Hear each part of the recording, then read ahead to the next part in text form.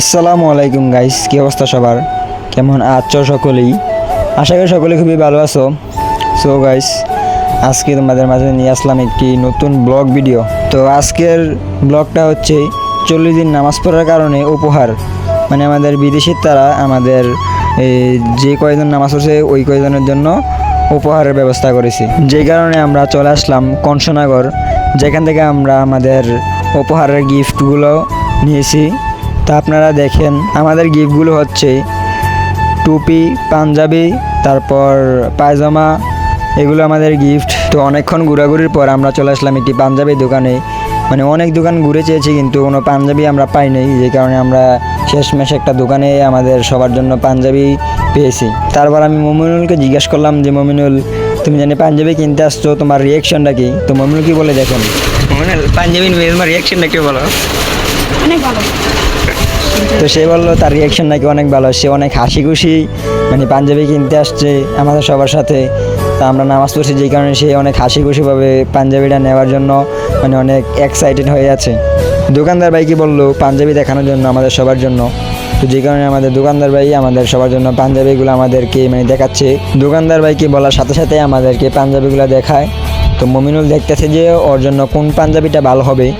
তো সবাইও দেখতে আছে যে ওদের জন্য কোন পাঞ্জাবিটা ভালো হবে। দোকানদারে আমাদেরকে একটা না দুইটা না অনেকগুলো কালেকশন দেখায়, যেখান থেকে আমরা পছন্দ করে আমাদের পছন্দের মতো পাঞ্জাবিগুলো নিয়ে নেই। তো এভাবে দেখতে দেখতে সবার পাঞ্জাবি দেখা শেষ কিংবা কিনেও শেষ। তো দোকানদার ভাই হিসাব করছে যে আমাদের পাঞ্জাবির দাম কত হবে। ও মা গো মা, কোতলিটা দিল আমার বড় ভাই এই পাঞ্জাবিগুলোর জন্য। তো এভাবে দেখতে দেখতে আমাদের পাঞ্জাবি কিনা শেষ। তারপর আমরা পাঞ্জাবি কেনার পর আরেকটা দোকানে চলে যাই, যেখান থেকে আমরা কিনে নেই আমাদের পায়জামা। তো পাঞ্জাবির ব্যাগগুলো তো আপনারা দেখতেই পেলেন। তো গাইস, এই তিনটি কী করছে, আমি যাওয়ার পর আমার হাতে দিয়ে দিয়েছে শপিং ব্যাগগুলা। এই তিনটি মানে আজেরা হাঁটতে আছে আর আমার হাতে শপিং ব্যাগগুলো দিয়ে আমারে মানে হারে যাচ্ছে, ওদের জন্য আমি কামলা। ওইসব কথা বাদ, এখন চলেন আমাদের পাঞ্জাবিগুলো চয়েস করা হচ্ছে। তো আমাদের মমিনুল, সাকিবুল, তারপর রিফাত আর আমাদের সালাউদ্দিন ভাই সবাই মিলে এগুলো চয়েস করতেছে যে কার জন্য কোন পাঞ্জাবিটা ভালো হবে। তো আমাদের পায়জামা কিনেও শেষ। তো পায়জামা কেনার পর দামাদামি করতেছে যে কোন পায়জামাটা কত, মানে আমাদের পায়জামার দামগুলা আমাদের সালাউদ্দিন ভাই দামাদামি করতেছে। টাকাটা দেওয়ার সাথে সাথে দোকানদার ভাই টাকাটা ফট করে পকেটের ভিতরে ঢুকিয়ে নিল। তো আপনারা কিছু মনে করবেন না, ওইটা দুষ্টামির জন্য বলছিলাম। তারপর আমাদের পায়জামা কেনার পর আমরা চলে যাই আমাদের টুপির দোকানে, যেখান থেকে আমরা আমাদের টুপিগুলো চয়েস করতেছি যে কার জন্য কোন টুপিটা ভালো হবে। এভাবেই দেখতে দেখতে আমাদের টুপিও কেনা শেষ। তারপর আমরা রওনা দিই আমাদের খাবার জন্য, নাস্তার জন্য। আমরা একটা হোটেলে চলে যাই। এদিনটি হোটেলে আনার পর যেই খুশিটা হয়েছে, এদিনের খুশি দেখে আমার হাসি আমি সামলাইতাম পারছি না।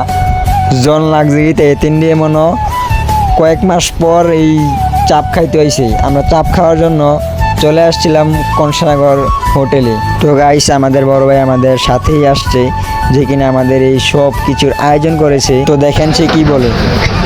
কাপড় লইছে, দাঁড়াও লইছে ভাইজামা লইছে, তখন আবার চাপ খাইতেও করতে আছে। দাও। আমার গাড়ি কেটে ফেরা হয়ে আছে লেগা ফকির বানাই দিল। তো দেখলেন তো আমাদের বড় ভাই কি বললো। আমরা এভাবেই করতে করতে অনেক দুষ্টামি কিংবা মজা করি। তো সবাই অনেক চিল এবং মজায় আছে। কিছুক্ষণ পর আমাদের খানা আমাদের টেবিলেই চলে আসবে। এই মজার করছি দেখেন গাইজ, আমি কি বলি, চাপ খাইতে আমি চাপ রেস্টুরেন্টে। তো দেখেন গাইজ, আমাদের চলে আসলো চাপ। তো সবাই মিলে চাপগুলা মানে অনেক আনন্দের সাথে খাচ্ছে।